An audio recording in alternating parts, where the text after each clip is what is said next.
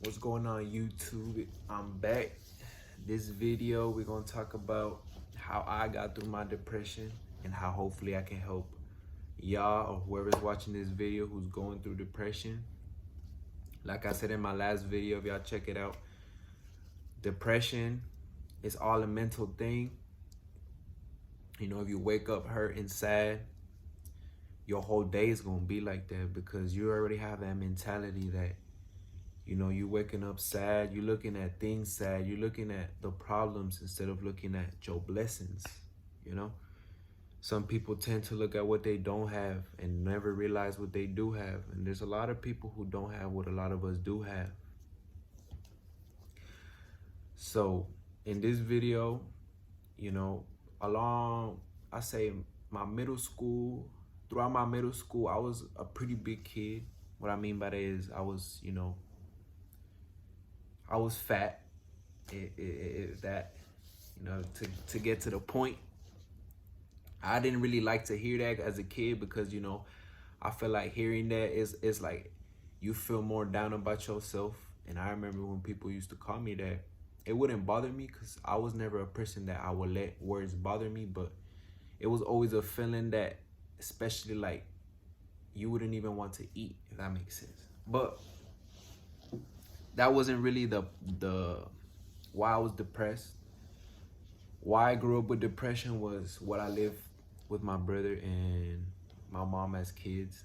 You know, our life wasn't bittersweet. It wasn't the best. We had to go through a lot of battles.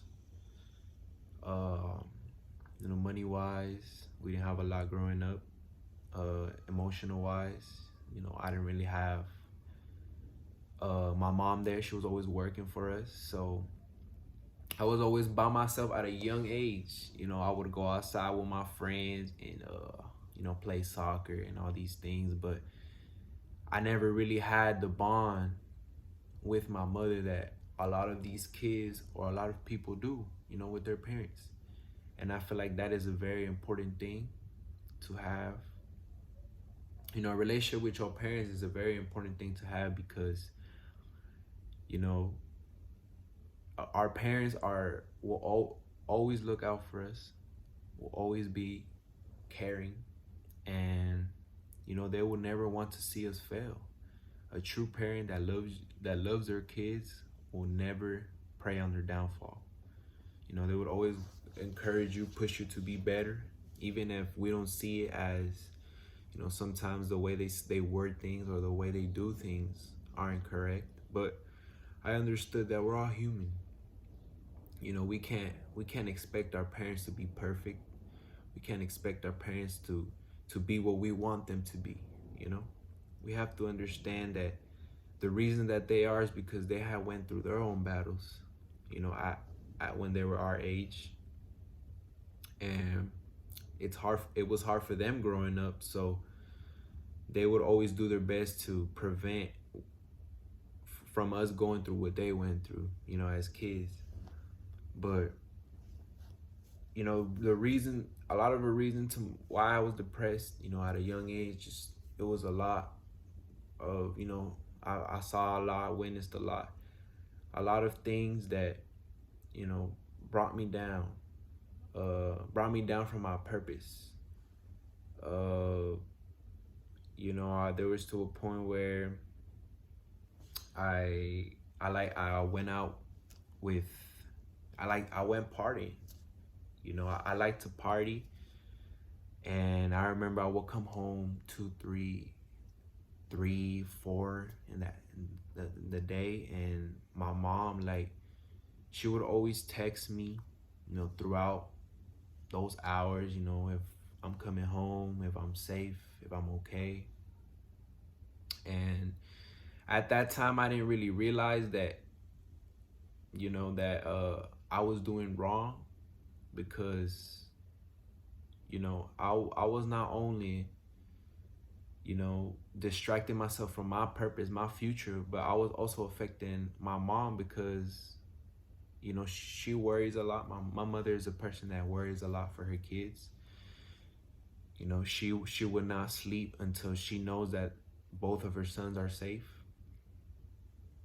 And when I would come home, sometimes, you know, my mom would get me in trouble.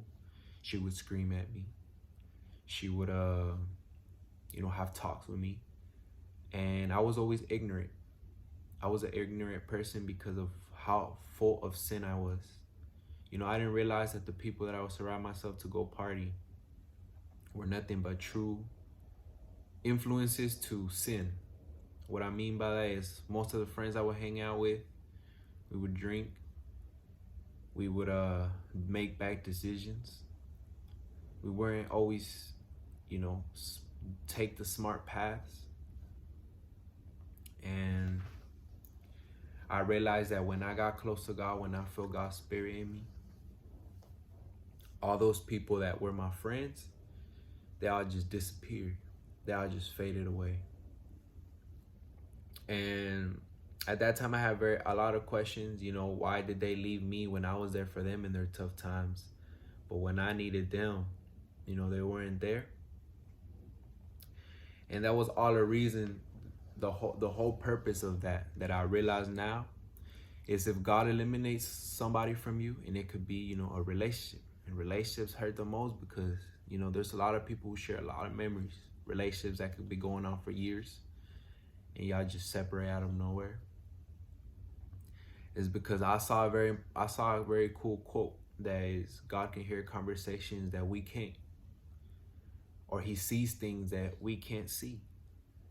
And if God sees that that person that you're with, could be a friendship, family member, it can be anybody, you know, if he sees that he's damaging you as a person, or that he's or that person is bringing you down from your purpose, or influencing you to do things that are sins,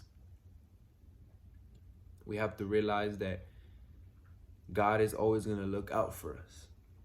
You know, we may not realize it, especially when something bad happens. We tend to look at that bad thing that happened. You know, if we get in a car crash, we ask God why. You know, why did this happen? Why did I get in that car crash? But sometimes we don't realize that God warns us before those situations happen. You know, he will give us many signs. For example, if you're drinking, you know, there's always going to be one person. So there's going to be one person, you know, and that person is going to come up to you and tell you, you know, don't drink and drive. You could get in a car crash. You can get stopped over, get a DUI, get in trouble by the police. They will warn you. And God, like I said, like I said in the past video, God can speak through vessels, through people. So there's warnings. But we also have to realize that just as much as there's a God, there's demons and there's a devil.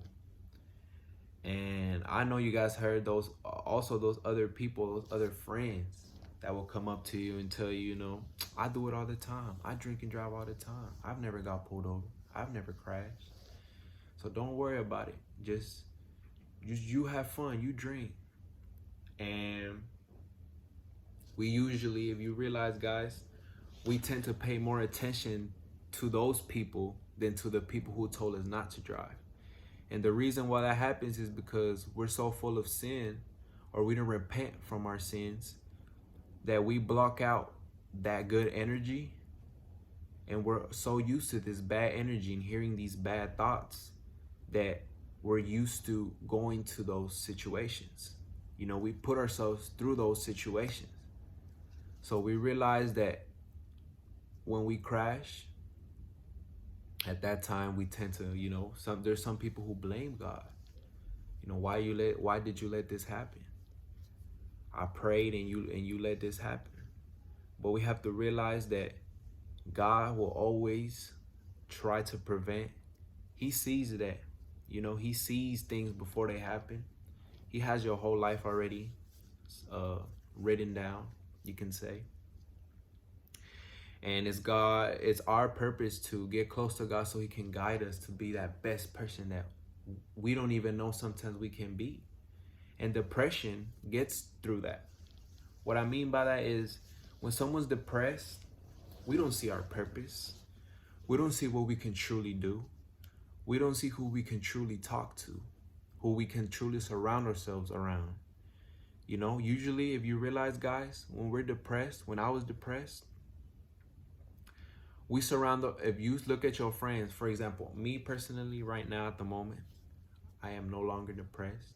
Took a lot of praying and a lot of I made a change for myself to be a better person, get closer to God, receive his blessings. But there's many people that when they're going through the depression, they don't realize it, but once they get through it, that all those people, while they were depressed, the people they surround themselves around are either also depressed or they're influencing you to do things that are sins. For example, if you're depressed and you call up a homegirl or a homeboy, most of the time when you say you're depressed, 9 out of 10, they're either gonna say, let's go to a club, let's go get distracted, let's go drink, let's go drink our problems out. Those people who smoke weed, let's go smoke a blunt, you know. Drugs, people who do drugs, let's pop pills, let's do this, let's do this. It makes you feel numb. You don't think about your problems. But people don't realize that those things only make your depression worse, because not only are you separating yourself from God's will and spirit, but your mind is not sober. And when your mind is not sober, you're not able to hear what God has for you. You're not able to think about what you can do to get over the depression. You get me? What I mean by that is usually when somebody's depressed and they drink, they're no longer sober. So if you realize it, you're thinking more about your problems really than when you were sober. Meaning that, and some people may disagree, and that's totally perfect, but you guys have to realize that, for example, if you drink or if you smoke or if you do drugs, did you really benefit for the 2-3 hours or the good time that you had doing it? And I'm saying this from an experience. You know, I used to drink and I used to party. I used to do those things. So I know that, you know, coming from someone who has been through it, I know it's hard. You know, I know it makes you feel better for the moment. You know, you feel good. But if you realize when you sober up, all your problems are still there. You're just putting a pause to your problems when you're under the influence of something. And when you're sober again, it just come back stronger. Those feelings come back stronger because now you're gonna want to drink.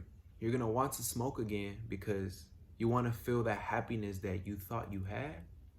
But in reality, you just made your depression worse, because now you're no longer depressed over what you're going through, but you're now depressed in some type of way that you don't have that happiness, those drugs, that alcohol that made you feel good.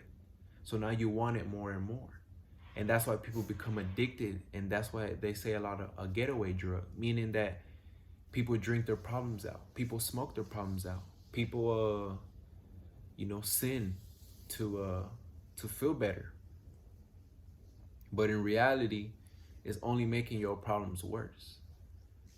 So in order to get through your depression, guys, you guys have to realize that you guys have to find what truly makes you happy. That is not a sin. And there's a lot of things that you can replace. If you're addicted to smoking, if you're addicted to drinking, you can replace those things by going to the gym. Me, I like to play soccer. People are passionate about basketball, football, sports in general. There's some people who, me for example, I like to go into nature. You know, I like to go to the park, sit down, look up at the sky, look up at the trees, look up at the birds, look at animals, squirrels, it brings this joy to your body that, you know, not even that alcohol or those drugs will bring to your life.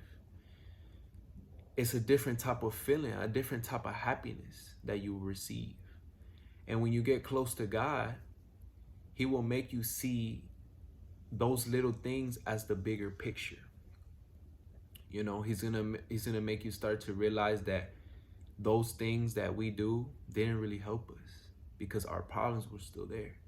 You know, if you drink, if you smoke, yes, you're happy for a couple hours, but you wake up the next day, or you sober up, and your thoughts are only there, what you're going through.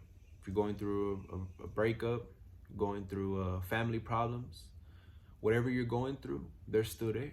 They're still going to be on your mind, but now they're going to be more on your mind, and you're going to be more tempted to do those drugs and use that alcohol because you don't want to think about it. But in reality, in order to get through something, you have to realize that why it happened. You have to realize the bigger picture. The only way to get over true depression is to realize what it is you went through, and see what you can do to make a change. If it's family problems, pray for them. Pray for them to change.